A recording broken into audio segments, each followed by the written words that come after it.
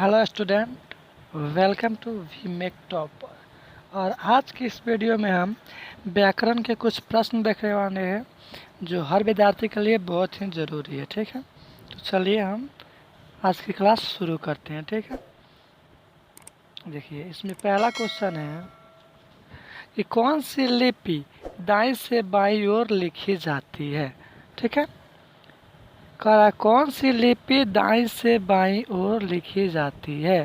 तो इसका option number हो जाएगा डी सही। ठीक है, डी नंबर ऑप्शन सही हो जाएगा, जो दाईं से बाईं ओर लिखी जाती है, यानी कि राइट साइड से लेफ्ट साइड में लिखी जाती है। ठीक है, फारसी लिपि। ठीक है, उसके बाद दूसरा नंबर क्वेश्चन है देवनागरी लिपि क्या है। ठीक है, देवनागरी लिपि क्या है। इसका ऑप्शन नंबर ए है अक्षरात्मक, बी है वर्णनात्मक लिपि, सी नंबर है चित्र लिपि और डी नंबर है सूत्र लिपि।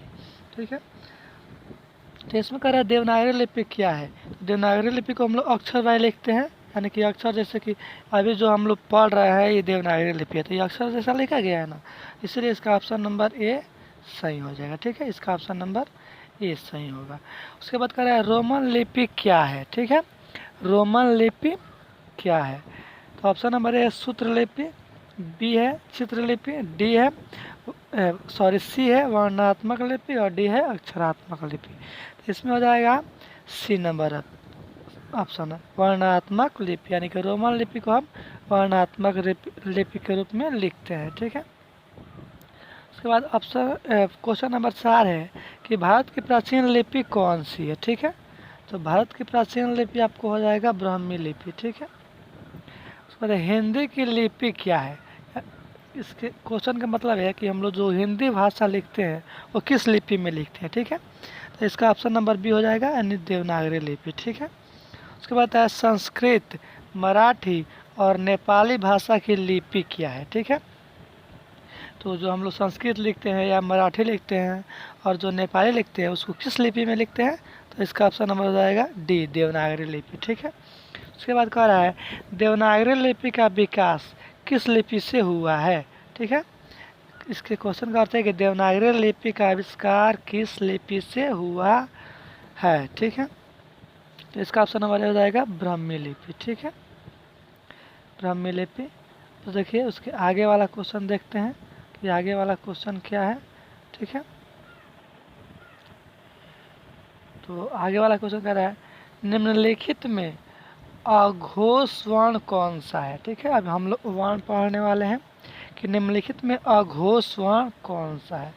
तो इसमें हो जाएगा ऑप्शन नंबर ए च को अघोष वर्ण बोलते हैं। ठीक है, उसके बाद कह रहा है तलाम स का उच्चारण स्थान क्या है।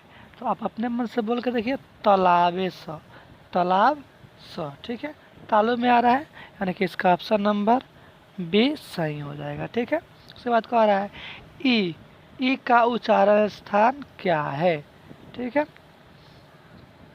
ई, या इसको हम लोग बड़ी ई बोलते हैं या इसको बोलते हैं दीर्घ ई। ठीक है, इसको बड़ी बोलते हैं, दीर्घ ई या ई बोलते हैं। तो इसको बोलने से आपको क्या मालूम चलता है किस चीज़ से उच्चारण हो रहा है, मुंह से, तालु से, मुर्दा से या दांत से। तो ये हो रहा है तालु से, यानी कि इसका ऑप्शन नंबर बी करेक्ट हो जाएगा। ठीक है, उसके बाद कह रहा है ल का उच्चारण स्थान बताएं।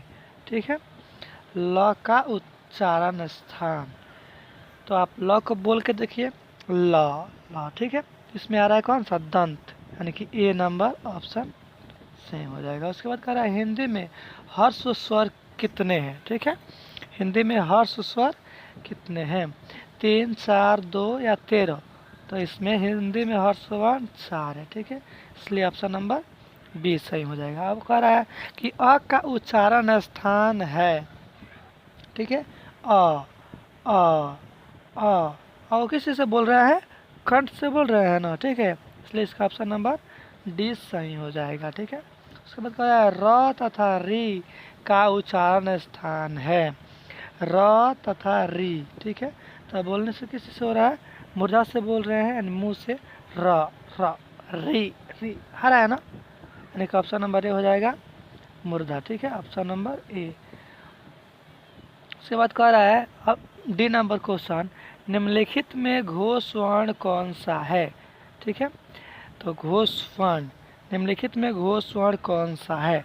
दंत स, ह, अ और ज, इन चारों में ह घोष वर्ण कौन सा है? तो ह है। ठीक है, इसका ऑप्शन नंबर बी सही हो जाएगा। ठीक है, अगर आप अगर आप व्याकरण का क्लास करना चाहते हैं, ठीक है ना, फुल टू क्लास, तो आप हमें नीचे कमेंट सेक्शन में बता सकते हैं। और हाँ, आपको अगर इसका ऑप्शन पहले से पता है तो इसका भी आंसर आप हमें कमेंट में दे सकते हैं। ठीक है, अब देखिए इसमें कह रहा है फागुन शब्द है। ठीक है, फागुन शब्द है, तत्सम है, तद्भव है, देशज है या विदेशज है? तो फाल्गुन शब्द है तत्सम। ठीक है, तत्सम, सॉरी, इसका ऑप्शन नंबर ए हो जाएगा तत्सम। रात्रि शब्द है। ठीक है, रात्रि कौन सा शब्द है? देशज है, विदेशज है, तत्सम है या तद्भव है? तो रात्रि जो है ये हो जाएगा ऑप्शन नंबर सी, यानी कि तत्सम। हमने ग्रामर का ये पूरा क्लास पढ़ा दिया है। आप चाहते हैं कि पढ़ने के लिए तो उस वीडियो को भी आप देख सकते हैं ताकि आपको बेटर से समझ में आए। ठीक है, उसके बाद आता है सावन शब्द है। ठीक है, यानी सावन कौन सा शब्द है? देशज है, विदेशज है? विदेशज तो होगा नहीं, क्योंकि विदेशज में अक्सर हिंदी आता है, फारसी आता है, और भी बहुत से शब्द आते हैं जिसे विदेशज के रूप में रखते हैं। सॉरी, यहाँ पे इंग्लिश आता है, फारसी शब्द, ठीक है ना, ये विदेशज है। बाकी देशज में जो हम लोग बोलते हैं हिंदी, भोजपुरी, मराठी, विदेशज में नेपाली शब्द भी आ जाएगा। ठीक है, और तत्सम, संस्कृत के शब्दों को तत्सम कहते हैं। ठीक है ना, इसमें कह रहा है सावन, सावन कौन सा शब्द है? तद्भव, तद्भव है, तद्भव को कहते हैं तत्सम के बिगड़े रूप को। ठीक है ना, यानी संस्कृत को जब हम हिंदी में टूटी फूटी भाषा में ले देते हैं तो उसी को तद्भव बोलते हैं। ठीक है, तो सावन कौन सा शब्द हो गया? तद्भव।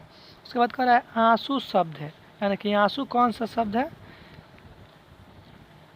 इसका ऑप्शन नंबर इसका भी हो जाएगा बी। ठीक है, ऑप्शन नंबर बी, आंसू तद्भव शब्द है। ठीक है ना, रात शब्द है, रात कौन सा शब्द है?